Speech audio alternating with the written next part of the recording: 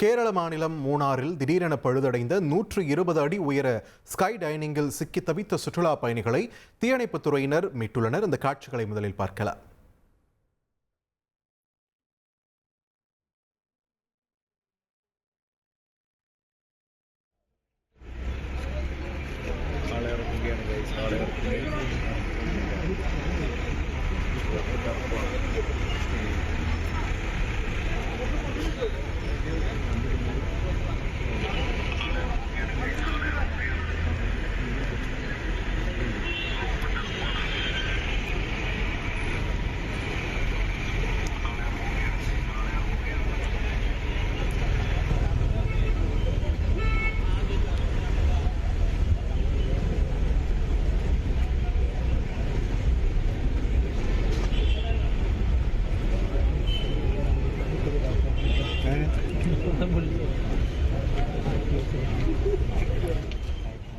தொடர்ந்து கூடுதல் விவரங்களுடன் இணைகிறார் எமது செய்தியாளர் பிரசாத்.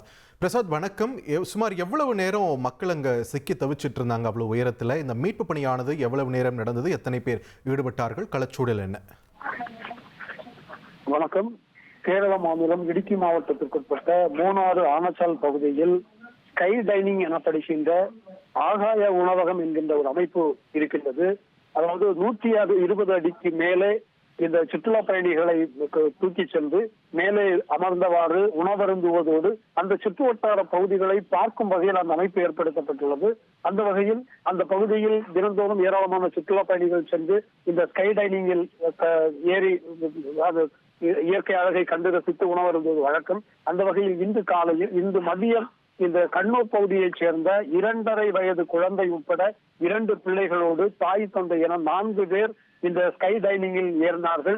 120 அடிக்கு மேலே சென்று அங்கே உணவருந்தி விட்டு அங்கிருந்து அந்த ஸ்கை டைனிங் நிறுவனத்தினுடைய ஊழியர் ஒருவரும் அதில் காணப்பட்டார்.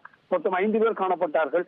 கீழே இறங்க முயற்சித்த போது அந்த அமைப்பினுடைய இயந்திரத்தினுடைய ஹைட்ராலிக் பகுதி திடீரென பழுதானதால் இது கீழே இறங்க முடியாத ஒரு சூழல் ஏற்பட்டது.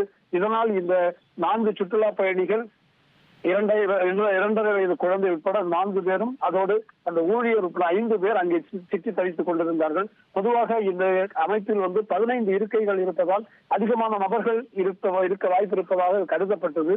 எனினும் 5 பேர் காணப்பட்டார்கள். இவர்கள் கீழே இறங்க முடியாமல் பரிதவித்த நிலையில் உடனடியாக தீயணைப்பு துறையினருக்கு தகவல் அளிக்கப்பட்டது.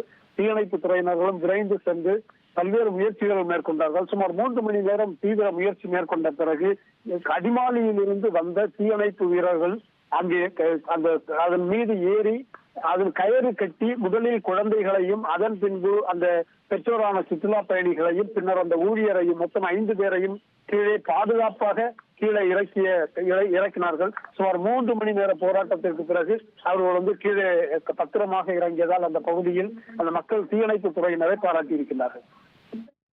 நன்றி பிரசாத், உங்கள் விரிவான தகவல்களுக்கு. தந்தி டிவியை உங்கள் கேபிள் டிவி ஆபரேட்டரிடம் இலவசமாக கேட்டு பெறுங்கள்.